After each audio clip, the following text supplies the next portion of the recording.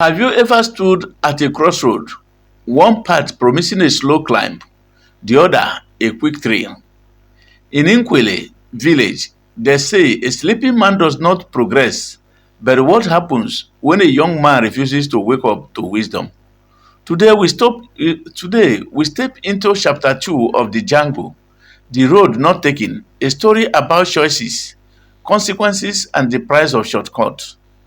Hi, I am Amiche Ogalago, author of The Jango. In this episode, you will see why turning your back on opportunity can cost more than you think, how role models silently shape our lives, and three lessons to help you avoid Django's mistake. By the end, you will have a simple action plan to make wiser choices even when shortcuts look sweeter. But before we go on, I would like us to take on this story that we are going to share with you now. The story, please. In Nkwele, education was the golden path. Elders would say books lead to the source of knowledge. Django's father, Nwafo, sacrificed everything to secure him a place at the prestigious missionary school. He told his son, the chicken standing behind the elephant is not lazy. It is simply waiting for its turn. He believed Django's time had come. Adeze, Django's mother, cooked a feast that night, praying her son would succeed. But Django's mind was elsewhere, on Ikechukwu, the village big boy, with money, motorcycle, and promises of power. At school, the principal, Mr. Ezudo, welcomed Django warmly. What is planted in the ears reduces the evil in the heart. Yet, Django gazed out the window at old boys showing off shiny bicycles. He thought a person prospers where they are, not where they are sent. By the fourth day, Django packed his bags. His father thundered, "A sleeping man does not progress." But Django declared, "Books won't feed me. The real world is outside." That evening, he sought Ikechukwu, who smiled and said, "Let the kite perish, and let the eagle perish. Whichever denies the other, may his wings break." From errands to intimidation, Django's apprenticeship in the street began. His mother cried, "My child is throwing his life into the river." Nwafo hoped, "The dripping of water does not kill the grass." But Django laughed, "The street are my school." One day, he accompanied Ikechukwu on a debt collection trip, ordered to smash a man's clay pot as a warning. Django obeyed. That night, Ikechukwu handed him a wad of cash, saying, "A hard-working leg earns the yam." Django bought new clothes and gave his mother a small portion. She asked, "Where did you get these?" Django smiled. "No one tells a person with tired legs not to stretch them." From then on, the boy who once listened to village tales became a young man convinced that power and wealth were worth any price. Villagers whispered, "Death lies on the crooked path."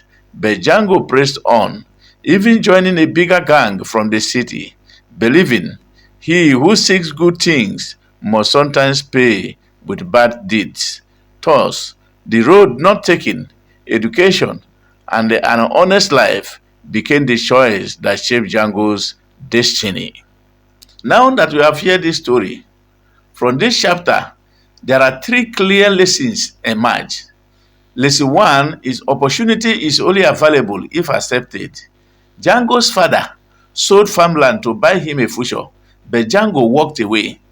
A horse running without the rider's direction quickly grows weary. When life offers you a bridge, don't burn it for a shortcut.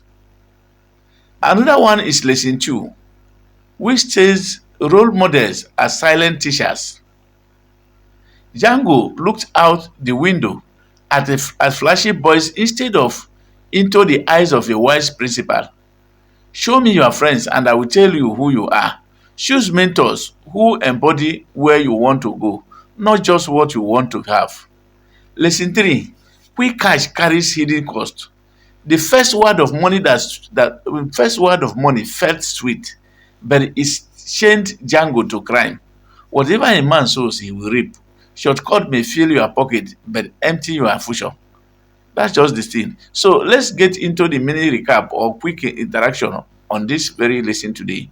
So we have seen Django reject education, idolize the wrong mentor, and embrace fast money. Quick question to you. What's one opportunity you have been hesitating to grab and why? Drop your answers in the comment section. Your insight might inspire someone else. Now, let's look at the application and the action step that we can take on this very lesson. Here is your challenge. I want to give it as a challenge to you. Write down one road not taken in your life, a positive part you have ignored. Then, for the next 7 days, take one small step backward it. It could be revisiting a course, reconnecting with a mentor, or simply reading 15 minutes a day. Now, let's take bonus tip or myth bust in this lesson. People often say school is a waste of time. The real world teaches better. But the truth is, education, formal or self-driven, multiplies your options. Without knowledge, even the street can trap you. A stone thrown in the market hits someone you know. Your actions ripple further than you think. Now, let's take the closer look at it and take a closing recap. In one sentence, Django's road not taken remind us that rejecting growth today may cost us freedom tomorrow.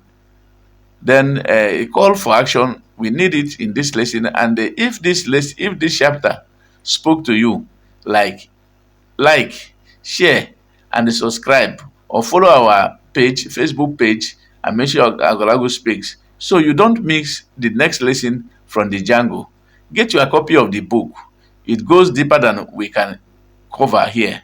And tell me in the comments section what's the biggest temptation of the quick part in your community today and how do you resist it? Your story could save someone else from taking the wrong road.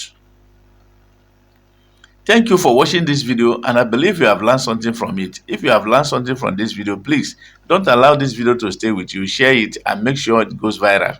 Thank you for watching and please get a copy of this book. It is very important that you get a copy of it. I authored this book, The Django, and there's a lot of lessons to learn from it. Thank you and God bless you.